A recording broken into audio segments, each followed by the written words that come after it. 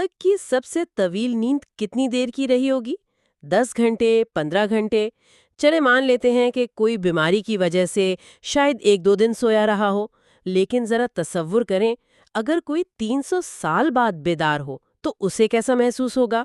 آج ہم ایک ایسی ہی ناقابل یقین کہانی پر بات کر رہے ہیں۔ یہ کہانی ہے کچھ نوجوانوں کی جو اپنے ایمان کو بچانے کے لیے ایک غار میں پناہ لیتے ہیں اور پھر صدیوں بعد ایک بالکل مختلف دنیا میں آنکھ کھولتے ہیں۔ یہ ہے اصحاب کہف کی داستان۔ جی، اور آج ہم اس کہانی کی تہوں میں اتریں گے۔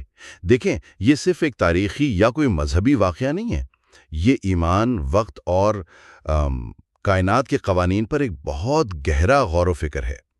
ہم اس سوال کا جائزہ لیں گے کہ کیا یہ واقعہ جسے قرآن نے بیان کیا ہے، وقت میں سفر یعنی ٹائم ٹریول کی سب سے حیران انگیز مثال ہو سکتا ہے؟ اور ہم قرآنی تفصیلات کو جدید سائنس کے نظریات کے ساتھ رکھ کر دیکھیں گے، خاص طور پر آئنسٹائن کی تھیوری آف ریلیٹیوٹی۔ ٹھیک ہے، تو آئیے اس کو کھولتے ہیں۔ پہلے اس زمانے کا تصور کرتے ہیں جس میں یہ سب کچھ ہوا۔ یہ رومی سلطنت کا دور تھا، ایک ایسی سپر پاور جو بت پرستی میں پوری طرح ڈوبی ہوئی تھی، اور جو لوگ اللہ کی وحدانیت پر یقین رکھتے تھے ان کے لیے تو زندگی جہنم بنا دی گئی تھی۔ ان پر شدید ظلم ہوتا تھا، اذیتیں دی جاتیں، یہاں تک کہ زندہ جلا دیا جاتا تھا۔ بالکل، اور اسی ماحول میں سلطنت کے اہم عہدوں پر فائز 7 نوجوان تھے جنہوں نے اپنا ایمان چھپایا ہوا تھا۔ وہ بظاہر شاہی نظام کا حصہ تھے، لیکن اندر سے وہ اس ظلم اور شرک سے بیزار تھے۔ جب وہ اپنے جیسے ایمان والوں پر تشدد ہوتے دیکھتے تو ان کے دل تکلیف سے بھر جاتے۔ مطلب مومنوں پر پڑنے والا ہر کوڑا انہیں اپنی روح پر زخم کی طرح محسوس ہوتا تھا۔ اور پھر کہانی میں تناؤ اس وقت عروج پر پہنچا جب خود رومی شہنشاہ اس شہر کے دورے پر آیا۔ تو مقامی گورنر نے شہنشاہ کو خوش کرنے کے لیے جو عیسیٰ علیہ السلام کے پیروکار تھے ان پر دباؤ بڑھا دیا کہ وہ اپنا دین چھوڑ دیں اور بتوں کے سامنے سجدہ کریں۔ مقصد یہ تھا کہ شہنشاہ کے سامنے کوئی بھی رومی خداؤں کا انکار کرتا ہوا نظر نہ آئے۔ یہ بڑی عجیب صورتحال تھی۔ ظلم کے مرکز میں یعنی شاہی دربار میں کچھ لوگ حق پر قائم تھے۔ یہ تو بالکل ویسا ہی ہے جیسے اللہ نے موسیٰ علیہ السلام کو فرعون کے محل میں ہی پناہ دی تھی۔ جی، اور یہی ان کی بغاوت کا نقطہ عروج آتا ہے۔ جب شہر کے بڑے بڑے سردار اور رہنما ایک ایک کر کے شہنشاہ کے سامنے جھک رہے تھے، ان نوجوانوں میں سے ایک آگے بڑھا۔ اللہ نے اس کے دل میں وہ ہمت ڈال دی جو پوری سلطنت کی طاقت پر بھاری تھی۔ اس نے شہنشاہ کے بھرے دربار میں کھڑے ہو کر جرأت سے اعلان کیا، ہمارا رب تو بس وہی ہے جو آسمانوں اور زمین کا رب ہے۔ اس ایک آواز نے پورے محل کو ہلا کر رکھ دیا، اور اس ایک لڑکے کے ہمت دیکھ کر باقیوں میں بھی جان آ گئی۔ انہوں نے بھی سوچا کہ اب چھپانے کا کیا فائدہ، اور سب نے مل کر بادشاہ کے منہ پر اپنے ایمان کا اعلان کر دیا۔ صحیح۔ ایک چھوٹی سی جماعت کی طرف سے سچائی کے چند الفاظ نے شہنشاہ کو ذلیل کر دیا۔ اسے سمجھ نہیں آ رہا تھا کہ کیا کرے۔ اگر وہ انہیں فوراً قتل کر دیتا تو ان کی کہانی پورے روم میں پھیل جاتی اور وہ بغاوت کی علامت بن جاتے۔ اسی لیے اس نے ایک چال چلی۔ اس نے ان کے شاہی لباس اتروا دیے اور انہیں 3 دن کی مہلت دی کہ وہ اپنے باپ دادا کے دین پر واپس آ جائیں، ورنہ انہیں سنسار کر دیا جائے گا۔ یقیناً یہ مہلت دھمکیوں اور نفسیاتی دباؤ کے ساتھ تھی، لیکن ان نوجوانوں کا ارادہ پکا تھا۔ وہ کسی طرح حراست سے نکلنے میں کامیاب ہوئے اور رات کے اندھیرے میں شہر چھوڑ کر قریب ہی کوہ انجلس کی طرف چل پڑے۔ وہاں انہیں ایک غار ملا اور انہوں نے اپنے رب پر کامل توکل کے ساتھ اس میں پناہ لے لی۔ اور ان کے ساتھ ان کا وفادار کتا قطمیر بھی تھا۔ جی۔ اور یہاں سے وہ حصہ شروع ہوتا ہے جہاں ہمارے جانے پہچانے فزکس کے قوانین معطل ہو جاتے ہیں۔ یہ بات ہی ناقابل یقین ہے۔ مطلب ایک انسان 3 صدیاں کیسے سو سکتا ہے؟ عام حالات میں تو جسم گل سڑ جاتا۔ یہاں کچھ ایسا ہو رہا تھا جو ہمارے طبع قوانین سے بالاتر تھا، اور شاید یہی سائنس ہمیں کچھ اشارے دے سکتی ہے کہ یہ کیسے ممکن ہوا۔ سورۃ القہف میں غار کے اندر کے حالات کو بڑی باریکی سے بیان کیا گیا ہے۔ آپ نے بالکل صحیح نقطہ اٹھایا۔ یہ کوئی عام نیند نہیں تھی۔ قرآن کہتا ہے ہم نے ان کے کانوں پر پردہ ڈال دیا، یعنی وہ ایک ایسی حالت میں تھے جہاں باہر کی دنیا سے ان کا رابطہ مکمل طور پر منقطع ہو گیا تھا۔ پھر سورج کا ذکر ہے کہ وہ طلوع ہوتے وقت غار کے دائیں طرف سے اور غروب ہوتے وقت بائیں طرف سے گزر جاتا تھا، جبکہ وہ غار کے ایک کشادہ حصے میں تھے۔ اچھا، یعنی سورج کی براہ راست تپش اور شعائیں ان پر نہیں پڑتی تھیں۔ بالکل، جس نے ان کے جسموں کو محفوظ رکھا۔ آیت میں ایک بہت ہی خاص لفظ استعمال ہوا ہے، فجوہ۔ وہ غار کے اندر ایک فجوہ میں تھے۔ مجھے یہ لفظ بہت دلچسپ لگا۔ میں نے جب اس کا ترجمہ دیکھا تو اس کا مطلب ایک کشادہ، کھلی اور اونچی جگہ ہے۔ یہ تو غار کے تنگ اور اندھیرے تصور سے بالکل مختلف ہے۔ کیا اس لفظ کے انتخاب میں کوئی گہرا اشارہ ہے؟ یقیناً ہے۔ فجوہ کا مطلب صرف کشادہ جگہ نہیں، بلکہ ایک ایسی جگہ جو زمین سے تھوڑی بلند ہو، گویا ہوا میں معلق ہو۔ کچھ جدید محققین اس کی تشریح یوں کرتے ہیں کہ وہ غار کے فرش پر نہیں تھے، بلکہ ایک ایسی حالت میں تھے جو انہیں زمینی اثرات سے محفوظ رکھے ہوئے تھی۔ ایک قدرتی سسپینشن فیلڈ کی طرح؟ آپ کہہ سکتے ہیں، ایک ٹائم کیپسول کی طرح۔ قرآن یہ بھی کہتا ہے کہ تم انہیں دیکھو تو سمجھو کہ وہ بیدار ہیں، حالانکہ وہ سو رہے ہیں، اور ساتھ ہی اور ہم انہیں دائیں اور بائیں کروٹیں دلاتے تھے۔ اور سب سے عجیب بات، قرآن کہتا ہے اگر تم انہیں جھانک کر دیکھتے تو دہشت سے بھاگ کھڑے ہوتے اور تم پر ان کی ہیبت طاری ہو جاتی۔ یہ بات سمجھ نہیں آتی، وہ تو بس سو رہے تھے، انہیں دیکھ کر اتنا شدید خوف اور دہشت کیوں طاری ہوتی؟ یہ کوئی عام منظر نہیں ہو سکتا تھا۔ بالکل، اور یہیں سے گفتگو سائنس کے دائرے میں داخل ہوتی ہے۔ صدیاں گزرنے کے بعد جب وہ بیدار ہوئے تو ان کا پہلا سوال ایک دوسرے سے یہ تھا کہ ہم کتنی دیر یہاں رہے۔ کسی نے کہا 1 دن یا دن کا کچھ حصہ۔ 1 دن؟ جبکہ 300 سال گزر چکے تھے۔ جی، ان کے جسم اور کپڑے بالکل ویسے ہی تھے، کوئی تبدیلی نہیں آئی تھی۔ لیکن جب ان میں سے ایک چاندی کے پرانے سکے لے کر کھانا خریدنے شہر گیا تو اس حیران کن حقیقت کا انکشاف ہوا کہ وہ 309 سال تک سوتے رہے تھے۔ 309 سال! اور قرآن میں یہ 300 کے ساتھ 9 سال کا اضافہ، یہ بھی بہت معنی خیز ہے۔ جی، یہ وقت کے حساب کی باریکی کو ظاہر کرتا ہے۔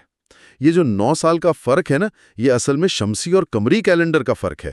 اچھا، یعنی سولر اور لونر کیلنڈرز کا ڈیفرنس۔ بالکل، جس بات کا اشارہ ہے کہ یہاں وقت کا حساب بہت اہمیت رکھتا ہے۔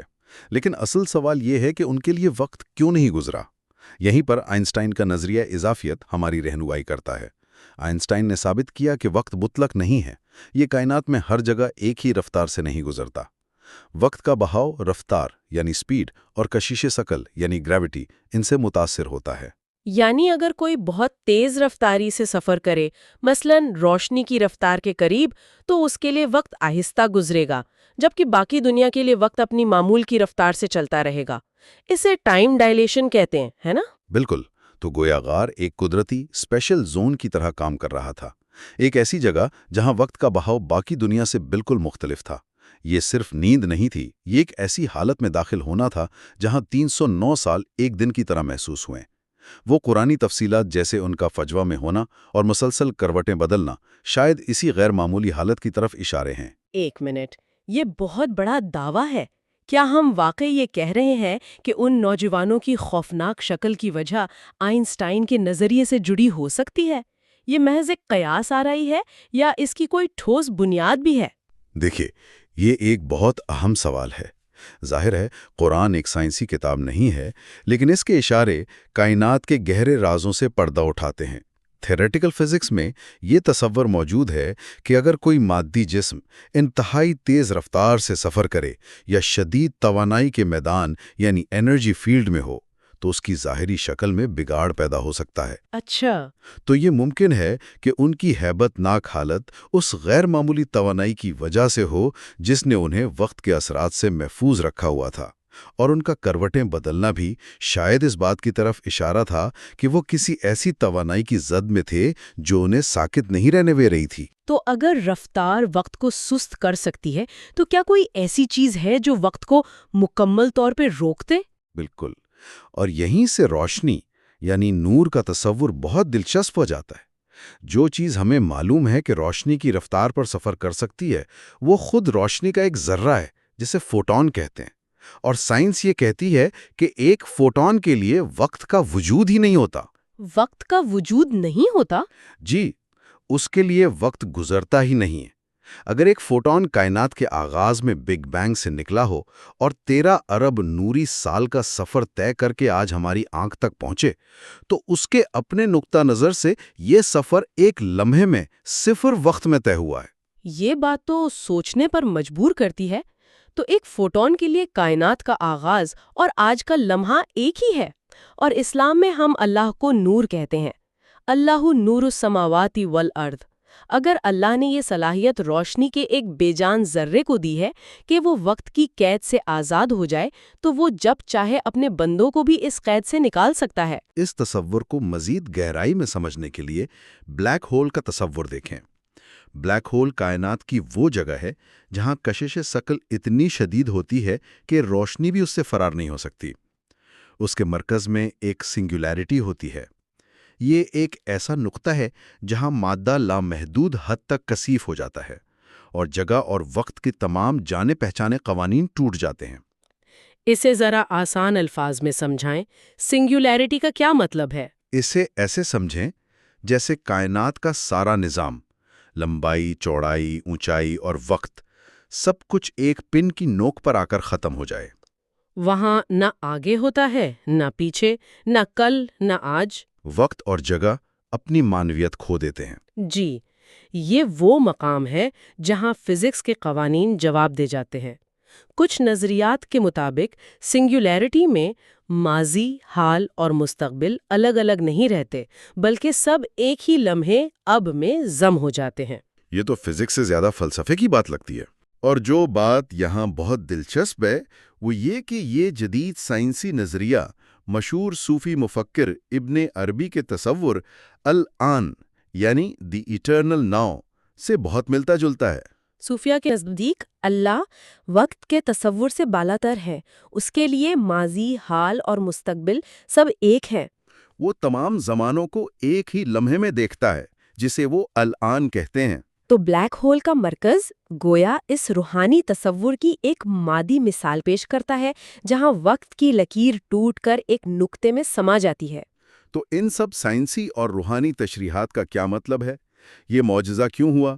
اور یہ کہانی قرآن میں اتنی تفصیل سے کیوں بیان کی گئی؟ اس کا مقصد کیا تھا؟ اس کا جواب اس وقت کے حالات میں ہے جب یہ آیات نازل ہوئیں۔ مکہ کے قریش نبی اکرم صلی اللہ علیہ وسلم کی نبوت کو جانچنا چاہتے تھے، تو انہوں نے مدینہ کے یہودی علماء کے مشورے پر آپ سے 3 سوالات کیے۔ ان میں سے ایک سوال ان پراسرار نوجوانوں کے بارے میں تھا جو بہت پہلے ایک غار میں غائب ہو گئے تھے۔ اچھا، تو یہ ایک امتحان تھا؟ جی، ایک ایسی کہانی جس کی تفصیلات بہت کم لوگوں کو معلوم تھیں۔ اور جب جبرائیل علیہ السلام سورۃ الکہف لے کر نازل ہوئے تو یہ ان سوالات کا ایک ایسا تفصیلی اور حیران کن جواب تھا جس نے کفار کو ساکت کر دیا۔